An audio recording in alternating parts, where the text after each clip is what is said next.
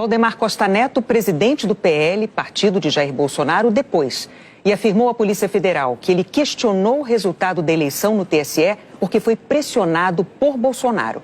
O ex-presidente Jair Bolsonaro foi um dos que recorreram ao direito constitucional de não produzir prova contra si mesmo.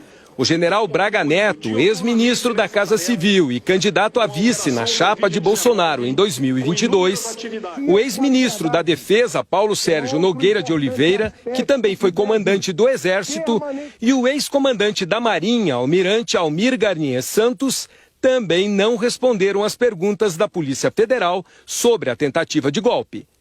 Ficaram em silêncio também Augusto Heleno, ex-ministro da Segurança Institucional, e o coronel do Exército Marcelo Costa Câmara. Para não responder a questionamentos, os depoentes alegaram que não tinham tido acesso à íntegra dos processos. Entre os que responderam às perguntas está Valdemar Costa Neto, presidente do PL, o partido pelo qual Bolsonaro tentou a reeleição. Valdemar afirmou que não participou de reuniões com ministros de Estado do governo Bolsonaro. O presidente do PL disse à PF que não estava presente na reunião de Bolsonaro com ministros e militares do alto escalão em julho do ano passado. Valdemar foi questionado sobre a fala de Bolsonaro na reunião, quando o ex-presidente afirmou sem provas que houve fraude nas eleições de 2022. A PF, Valdemar afirmou que não concorda com a fala do presidente Bolsonaro, pois já participou de várias eleições e nunca presenciou nada que desabonasse o sistema eleitoral brasileiro. Inclusive, orientou a bancada do partido a votar contra a implementação do voto impresso. Em 2022, após o segundo turno das eleições, o PL entrou com uma ação no Tribunal Superior Eleitoral pedindo a verificação extraordinária do resultado do segundo turno das eleições. Para pedir a invalidação dos votos de mais de 250 mil urnas, o partido entregou ao TSE um relatório elaborado por uma consultoria privada, o Instituto Voto Legal. No depoimento, Valdemar disse que foi pago aproximadamente R$1 milhão ao Instituto. Questionado sobre de quem foi a ideia de contratar o Instituto Voto Legal, Valdemar declarou que a ideia surgiu entre os deputados do Partido Liberal e do então presidente Jair Bolsonaro. E que o então ministro da Ciência, Tecnologia e Inovações, Marcos Pontes, indicou que procurassem o Instituto Voto Legal, pois poderiam ajudar. O Instituto não encontrou nenhuma prova das supostas fraudes no sistema eleitoral. O então presidente do TSE, ministro Alexandre de Moraes, multou o PL em R$22.900.000 por má-fé na apresentação do documento. A Polícia Federal também perguntou a Valdemar se desde o início da contratação do Instituto já havia sido pactuado a produção de um relatório sobre o funcionamento das urnas eletrônicas. Ele respondeu que sim, pois foram contratados para isso. Todavia, nunca foi apresentado nada consistente. O presidente do PL também foi indagado se foi encontrado alguma irregularidade que colocasse em risco o resultado do primeiro turno das eleições 2022. E respondeu que não. E por que então ele entrou com a ação?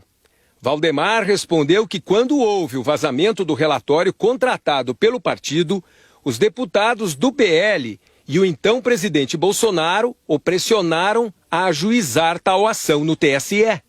O presidente do PL também foi questionado pela Polícia Federal sobre as chamadas minutas do golpe.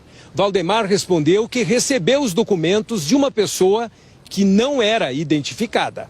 Valdemar disse que sempre descartou os documentos recebidos, pois eram apócrifos, não tinham assinatura. Indagado quando e onde triturou documentos, respondeu que descartou os documentos na sede do partido.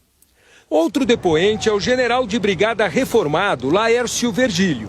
A PF investiga o general sob a suspeita de participar de um núcleo de oficiais de alta patente que influenciava e incitava apoio de militares à tentativa de golpe, para manter o então presidente Jair Bolsonaro no poder. o general negou ter participado de qualquer plano de golpe de Estado. Os agentes apresentaram áudios de conversas do general Virgílio com Ailton Gonçalves, um militar que tinha sido expulso do Exército. Num dos áudios, Virgílio afirma: tem que ser dada a missão ao comandante da Brigada de Operações Especiais de Goiânia de prender o Alexandre de Moraes no domingo, na casa dele.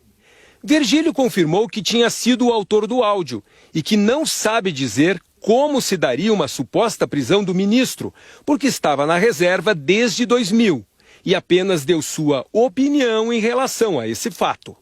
No depoimento do militar da reserva Cleverson Magalhães, a Polícia Federal indicou que numa reunião em novembro de 2022, militares podem ter definido um orçamento de R$100 mil para custear a vinda de manifestantes a Brasília. A Polícia Federal já tinha apontado que o tenente-coronel Rafael Martins de Oliveira pediu esse mesmo valor a Mauro Cid para organizar os atos antidemocráticos. Nós não conseguimos contato com Ailton Gonçalves Barros e com as defesas de Laércio Virgílio e Rafael Martins. A defesa de Valdemar Costa Neto afirmou que ele não vai comentar o caso. A defesa de Cleverson Magalhães declarou que ele não participou nem tomou conhecimento de negociações para um golpe. A defesa de Jair Bolsonaro não retornou ao nosso